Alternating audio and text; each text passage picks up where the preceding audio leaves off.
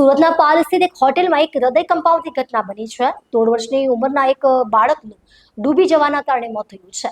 આ ઘટના euphoria hotel નામની એક જાણીતી હોટલમાં બની છે, જે પાણીવાળી હોટલ તરીકે ઓળખાય છે।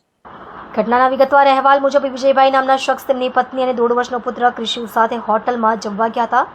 જમ્યા પછી બાળક હોટલ પરિસરમાં રમતો હતો, ત્યારે એકાએક તે નજીકના પાણીના પૂલમાં પડી ગયું। માનવામાં આવે છે કે બાળક લગભગ 15 મિનિટ સુધી પાણીમાં રહ્યો, જે દરમિયાન કોઈએ ધ્યાન ન આપ્યું।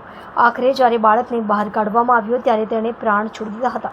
આ ઘટનાએ બાળકના માતા પિતા સમક્ષ જ તેમના લાડકવાયા દીકરાનો કરુણ અંત જોઈને તેમનો જીવનમાં લાલ બત્તી સમાન આઘાત થયો છે।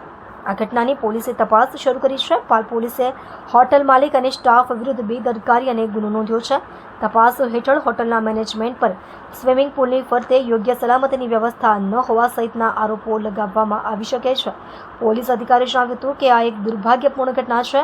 અમે બાળકના મૃત્યુના કારણો અને સલામતી ધોરણોનું ઉલ્લંઘન થયું છે કે કેમ તેની સખત તપાસ ચાલી રહી છે। આ ગુનામાં જેનો પણ દોષ નીકળશે તેની વિરુદ્ધ કાયદેસરની કાર્યવાહી કરવામાં આવશે।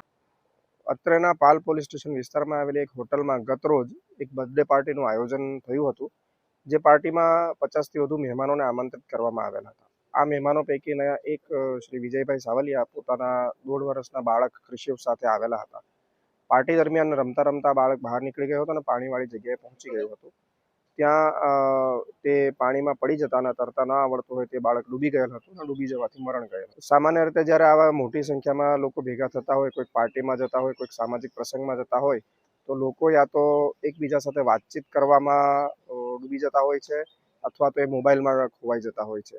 અને આવા સમયે નાના બાળકો પણ ભેગા મળીને રમતા હોય છે અને રમતા રમતા ઘણી વાર એ દૂર નીકળી જાય, પાણીવાળી જગ્યાએ પહોંચી જાય, અને પણ એ જ રીતે બાળક નીકળી જતા અને જોડેના લોકોનું ધ્યાન ન રહેતા તે પાણીવાળી જગ્યાએ પહોંચી ગયું। પાણીમાં એને જોઈને ઉત્સુકતા થઈ અને અંદર પડી જતા બાળકનું મૃત્યુ થાય છે અને ઘણા સમય પછી એની શોધખોળ કરે છે ત્યારે બાળક પાણીમાંથી મળી આવેલું દેખાય છે। તો આ બાબતે વાલીઓએ ખાસ ચેતવા જેવું છે કે ક્યાંય પણ નવી જગ્યાએ અથવા બહાર તમે જ્યારે તમારા બાળક સાથે હો તો પૂરેપૂરું ધ્યાન તમારું બાળકો પર રહેવું જોઈએ।